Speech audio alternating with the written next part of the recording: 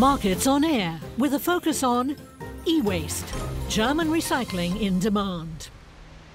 Here in Hong Kong, modern robotic technology is being used not to produce electronic devices, but to dismantle them. The local administration is paying Berlin waste management company Alba €320 million over a period of 10 years to help dispose of Hong Kong's e-waste. A lot of the material that arises in Hong Kong is exported to third world countries, and where it often gets disassembled in a very poor state. And that's one of the principal concerns.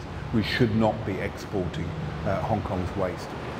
Hong Kong is one of the world's most consumer-oriented cities and one of the biggest producers of electronic waste. Each Hong Kong resident throws away an average 20 kilos of electrical appliances every year. Most of them are collected by small businesses. Some products are resold as used equipment, but a large part vanishes into the international e-waste market. The territory is an important transshipment centre.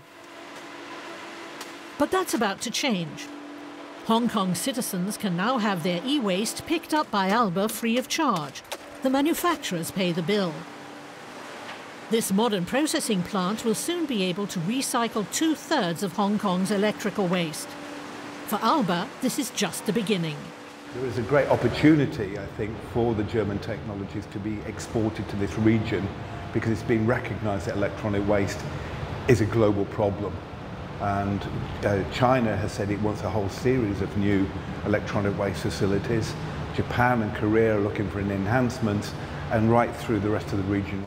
Electronic waste recycling is gaining in importance.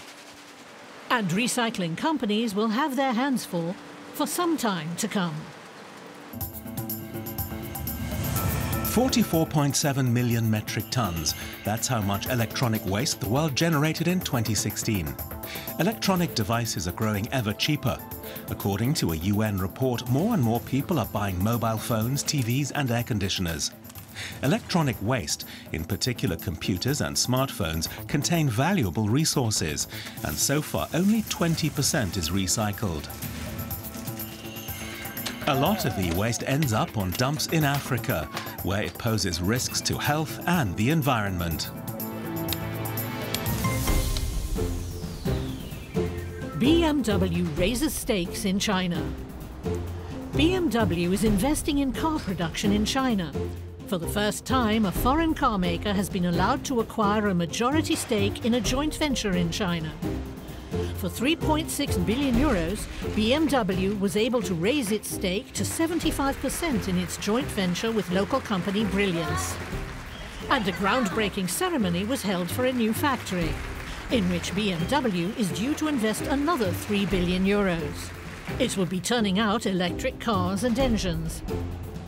The Munich-based car maker already sells more cars in China than in Germany and the US combined. More trade with Turkey.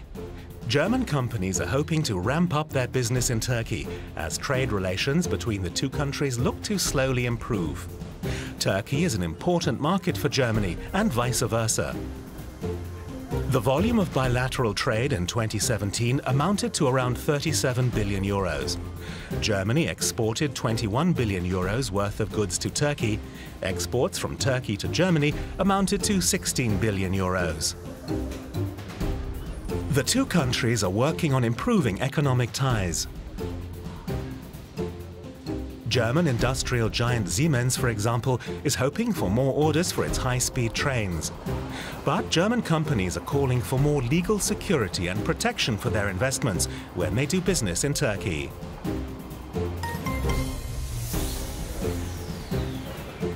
Germany fit for the future. The World Economic Forum has compared the competitiveness of 140 countries. Criteria included innovation, the strength of the financial and education systems, and infrastructure. The #1 spot was the world's biggest economy, the United States. Second place went to Singapore. Third place for competitiveness went to Germany, which did especially well in the area of innovation. The other top performers were mainly in Europe, with Japan and Hong Kong the other strong performers in Asia.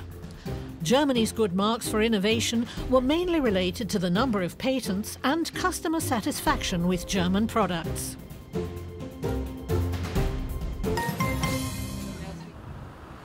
The central German state of Hesse is an economic powerhouse behind Bavaria and Baden-Württemberg. Hesse is best known internationally for the banking metropolis Frankfurt. More than 200 financial institutions are based here, including the European Central Bank and the Frankfurt Stock Exchange.